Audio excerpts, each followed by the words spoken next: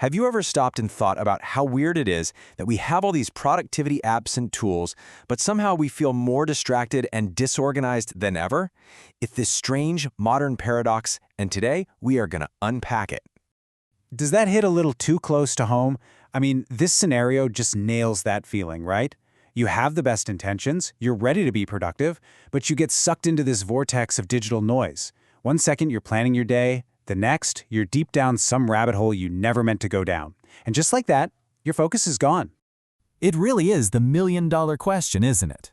The thing is, the problem usually isn't about the tools. We're often looking for some outside fix for what's an inside problem.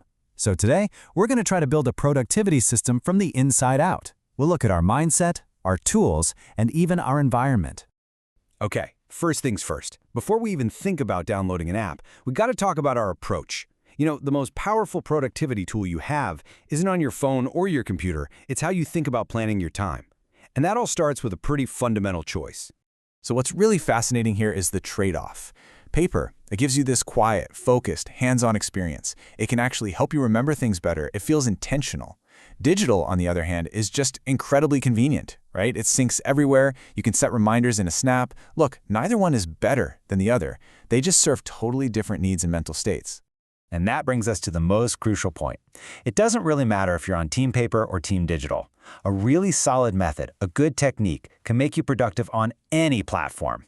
So let's jump into one of the most effective techniques out there and see how this works. Meet time blocking. Okay, so instead of having this endless to-do list that just kind of stares at you all day, you give every single task a specific home on your calendar. And this isn't just for meetings. It's for scheduling your focus time too.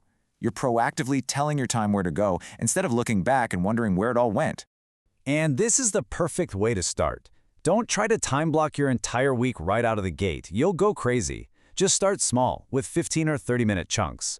Group similar tasks together, like do all your emails at once so you're not constantly switching gears. And please build in some buffer time. You know things are going to pop up. And finally, plan tomorrow, tonight. You'll wake up with a clear mission instead of 1,000 tiny decisions. All right, so we've got our mindset and a solid technique. Now, let's wade into the digital world. Because even with the best plan, the app chaos out there can totally freeze you up. This is the trap, right? This is where so many of us get stuck. We're so afraid of picking the wrong app that we end up in this endless loop of research and we don't do any actual planning. We just keep jumping from tool to tool, hoping for that one magic app that'll fix everything. But all we end up with is more confusion. And here's the heart of the problem. Tool sprawl. Your calendar lives in one app, your to-do list is in another, your notes for that big project are somewhere else entirely. It's this fragmentation that causes so much stress and is exactly why things fall through the cracks. The very system that's supposed to help you ends up just creating more work. So you basically have two paths you can take. You can go for an all-in-one system where everything lives together under one roof. Or you can become a specialist and put together a collection of the absolute best tools for each specific job. The big trade-off is between having everything integrated versus having the best of the best features for each task. Now, that specialist path can be super powerful, but it comes with a hidden cost, your time. And to really show you what I mean, let's look at a field where your choice of tool has a massive impact on your workflow, creating animated content. This data just makes that trade-off crystal clear. You could spend, say, an hour making a pretty slick-looking kinetic typography video. But if you decide you want to specialize in high-end motion graphics, well, you could be looking at up to 12 hours for just one short piece. So choosing a specialized tool isn't just a software decision, it's a huge commitment of your most valuable resource, your time. So we've covered our mindset and our tools. Now for the last piece of the puzzle, and honestly, it's the one we often completely forget about, the actual space we work in. And I mean both physically and financially. Think about it. We can have the perfect plan and the best apps in the world, but if your back is killing you, or you're constantly fidgeting because you're uncomfortable, well, none of that matters. Your focus is shot. Ergonomics isn't some luxury. It's a fundamental part of being productive over the long haul. I mean, just look at this setup. The wrists are straight, hands are in line with the forearms.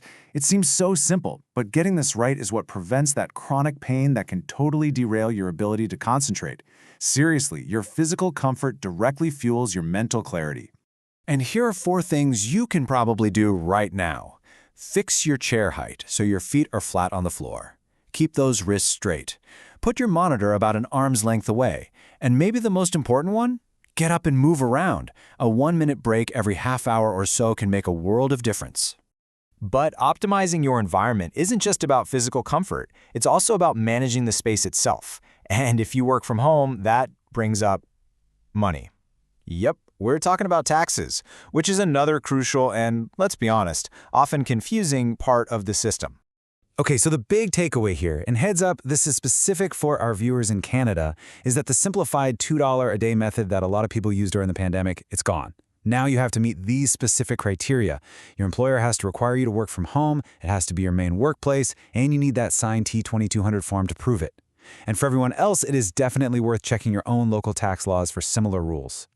And for our Canadian taxpayers, this table just lays it all out. You can claim a portion of things like your utilities, your rent, and basic office supplies. But what you can't claim are things like mortgage interest, property taxes, or big capital expenses like a new desk or monitor.